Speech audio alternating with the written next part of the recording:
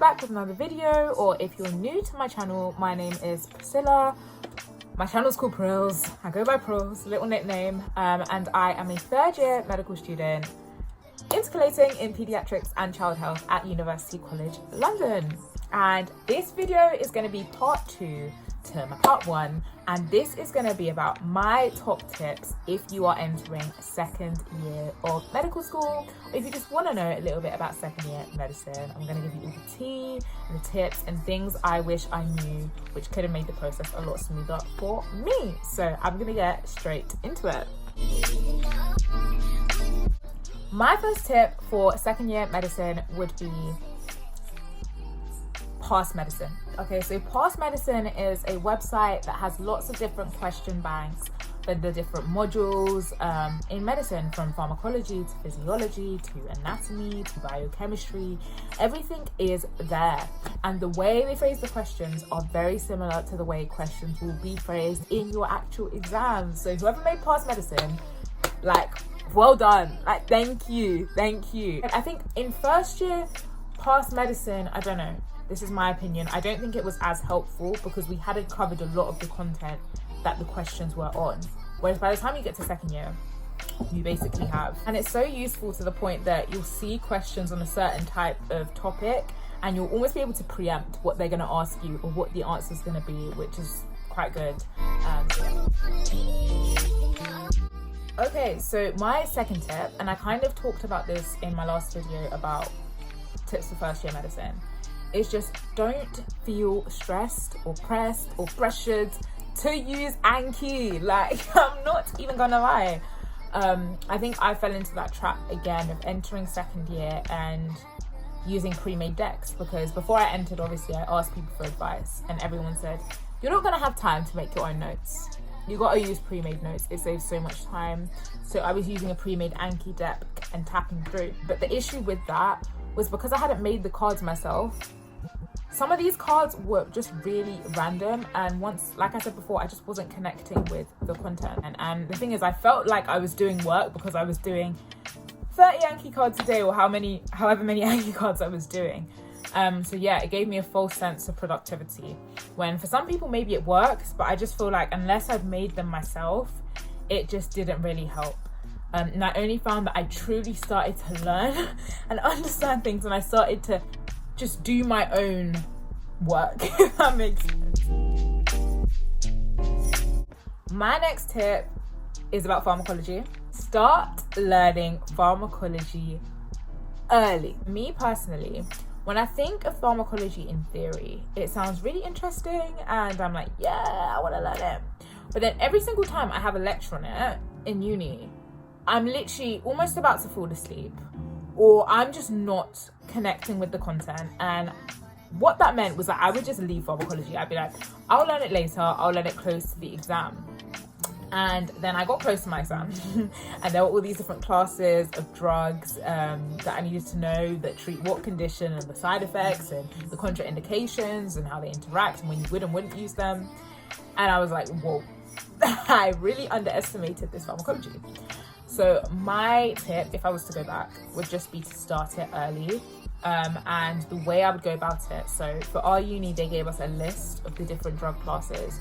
So literally, as you're learning it, even if the lecture, because I don't know, I feel like the way the lectures were delivered weren't, in pharmacology, for me, they weren't the best for me. But yeah, just make sure you have a list and you're updating the class and you know the names of the drugs and what they do, and as I said, side effects, etc. And do that as you go along, so by the time it comes to exams, you're just learning that list, and it's a lot easier than like doing all of that just before your exam. So yeah, stay on top of pharmacology. And to be fair, like, I can't, like, when you do put all the pharmacology together, for me, I found like it is actually quite interesting and enjoyable, but it's just actually putting it all together was long. Don't underestimate it or neglect it. My next tip would be, lectures don't teach you everything. I don't know if you guys have ever got to a point, or it's happened to me a few times, where I'll be examined on something and I'm just thinking, where was that on the lecture slide? I don't remember getting taught that. And what I learned is that sometimes they give you the foundation of something, but the way they examine you on like the developed version, and you would only know how to answer that if you've read around that foundation and fully understood the foundation of that thing. If that makes any sense, use extra resources and read around. So I mentioned Ninja Nerd, Osmosis, Grey's Anatomy, because there was a lot of anatomy in year 2, really helpful. And yeah, the Anatomy Atlas, just getting a 3D view. Just do that extra work to fully understand it and understand the bigger picture. Now this one's going to be a bit controversial to something I said in the past, but my next tip would be, do not make your own notes. Now you may be thinking, Priscilla, but you said you used Premade Anki decks, Premade notes, and that didn't work for you, and when you made your own notes, that's when you started to learn, and that's what helped you, blah, blah, blah. But let me finish. Don't make your own notes from scratch. Let me say it like that, I think that's better. What I did do when I said I made my own notes, or I did my own thing, is that, okay, I took those Premade Anki decks and I edited them and added my own things to them so that they were personalized to me, and therefore when I was learning them, it wasn't random, it made more sense. And then I divided it by lecture. I had like Anki decks per lecture, and things like that. It's personal to you, it's easier to learn, it makes more sense, and it's not just, okay, I've done a lecture, let me just go through the Anki deck for this lecture that someone else has made. And I don't know, sometimes I don't even feel comfortable using other people's notes, because I'm like, did you cover everything that needs to be covered in this lecture? Like, I know other people are using it, but I just have that thing in me where I'm like, I don't know if I fully trust that you've covered everything I need to know, so I need to do this myself to make sure you've covered it, not only covered everything, but covered it in a way that is best for me to understand. So yeah, so one thing I did, as I said, is I used pre-made notes as a foundation for me to make my own notes, so it was less work, if that makes sense. Okay, now my next tip may sound really basic, but I kind of stress this one almost most overall, and this would be, do not compare yourself. I'm just gonna say, in second year, imposter syndrome was a right? And comparing yourself, I'd say, is almost inevitable, but I'd just say try not to. So let me give you some context to what it was like for me. So in second year, I lived in a medic household with my friends. We were all medics. I went in person to most of my things as well, but I was surrounded by a lot of medics all the time. And what this meant is I was in this bubble of everything was just medicine.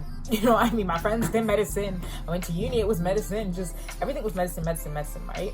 So there would be times, let's say, okay, cool, I'm in my flat, I'm sleeping. I wake up, let's say during exam season, I wake up and like some of my flatmates have already gotten to campus to start studying. And in myself, I just feel like, wait, they're already studying. I haven't even got up and done anything yet, and then I just feel insecure, like I should be studying as well. I'm not doing enough, even though I studied late the night. Or sometimes I go onto campus and there'll be lots of medics there, and everyone's talking about the topic they know really well. Like they'll go on and on about this thing, and then I'll be there thinking, I don't know what they're talking about. I don't know as much of this topic as they do, and then you start to feel really insecure and feel like you're not doing enough. But then you forget that there is also a topic that you know really well, that if you were to talk about it, people may not know as much as you do either. So it was just this like cycle of constantly feeling like I'm just not doing what I need to do, and I'm not doing enough to pass my exams. And yeah, just imposter syndrome. Just remember to stay in your own lane and like that you're on your own journey, especially if what you're doing has worked before. Just trusting your process. Like I literally remember it was a few days before I think my end of year exam, and I was surrounded by so many medics in I think a library or something, and everyone was talking about these things, and people were bringing up things I'd never even heard of, like loops and processes, and I remember just feeling like I'm gonna fail this exam. Like I can't explain the anxiety. But then once again, there's things they knew really well, there's things I also knew really well. So it's just remembering that fact. Okay, my next tip pertains to OSCEs and just spoken examinations. So for some people in second year, you're going to start basically OSCEs. And I remember going into second year and this thought terrified me. Like the thought of me sitting down and someone questioning me, my mouth. I was nervous, like I can't even lie. But I would say my main tip for this is it was quite funny because I feel like once I entered second year, I feel like I prefer the style of an OSCE examination much more to like written examinations where you sit down and write it in a hall. I just feel like with OSCEs, they are a lot more clinical. And because it's a lot more clinical, you can get marks for things that you wouldn't even think about, like the way you communicate or just building rapport or things like that. You can get marks for, whereas in an exam, you know, it's right, wrong.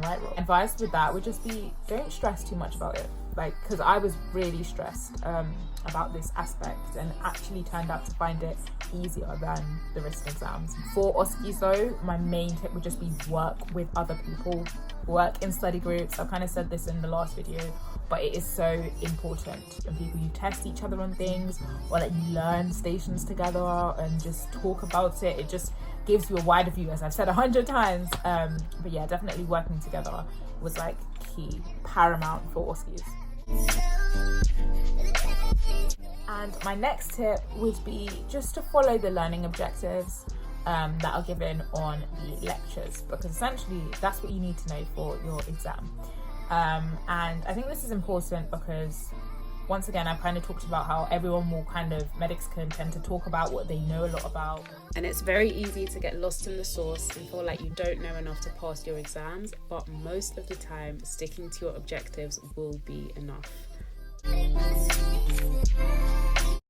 And my last tip for second year would be to just learn the content by condition. And once again, this is just my opinion, but it's something I found really useful.